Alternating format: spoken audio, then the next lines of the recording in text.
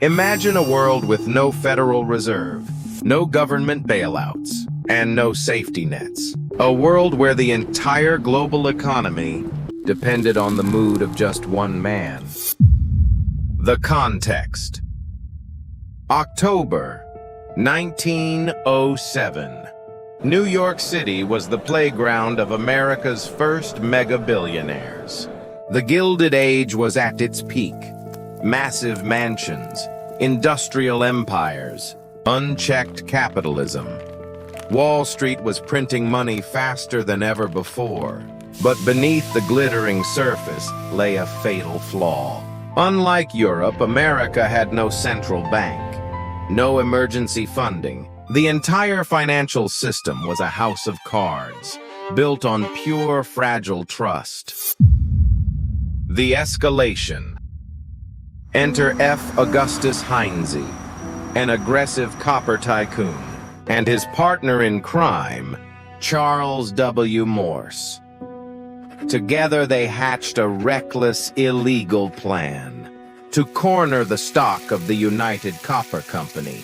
The plan was simple: buy every single available share on the market, force the short sellers into a corner, and dictate any price they wanted. On Monday, October 14th, the trap was sprung. The stock skyrocketed. But by Tuesday morning, the market fought back. The price of copper stock didn't just fall, it vaporized, dropping 50% in a matter of hours. Heinze and Morse were completely ruined. The point of no return. Heinze and Morse hadn't used their own money. They used capital borrowed from New York's largest banks. And one name stood above the rest: the Knickerbocker Trust Company, the financial fortress of New York's elite, managing over $80 million. Word leaked, panic spread like wildfire. Thousands of desperate people lined the streets, screaming for their life savings. The Knickerbocker Trust closed its doors. It was officially bankrupt. The crash. The fall of Knickerbocker triggered a domino effect. Trust vanished overnight.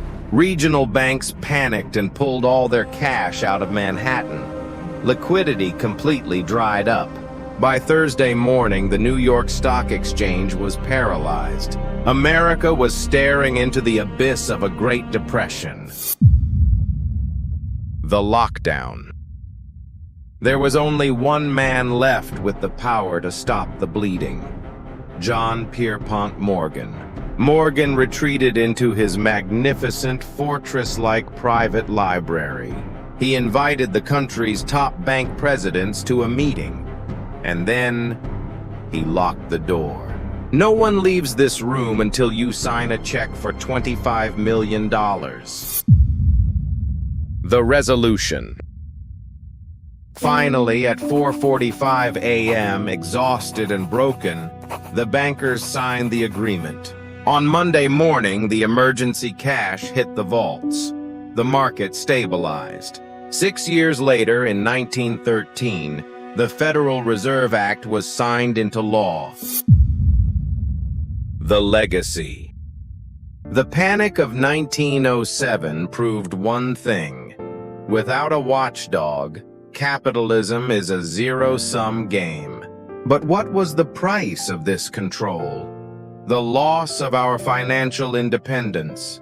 We traded the wild chaos of the market for the quiet control of bureaucracy. Was it worth it? Or are we just waiting for the next library lockdown? Master the history of money. Subscribe to Wealth Lab X-Ray.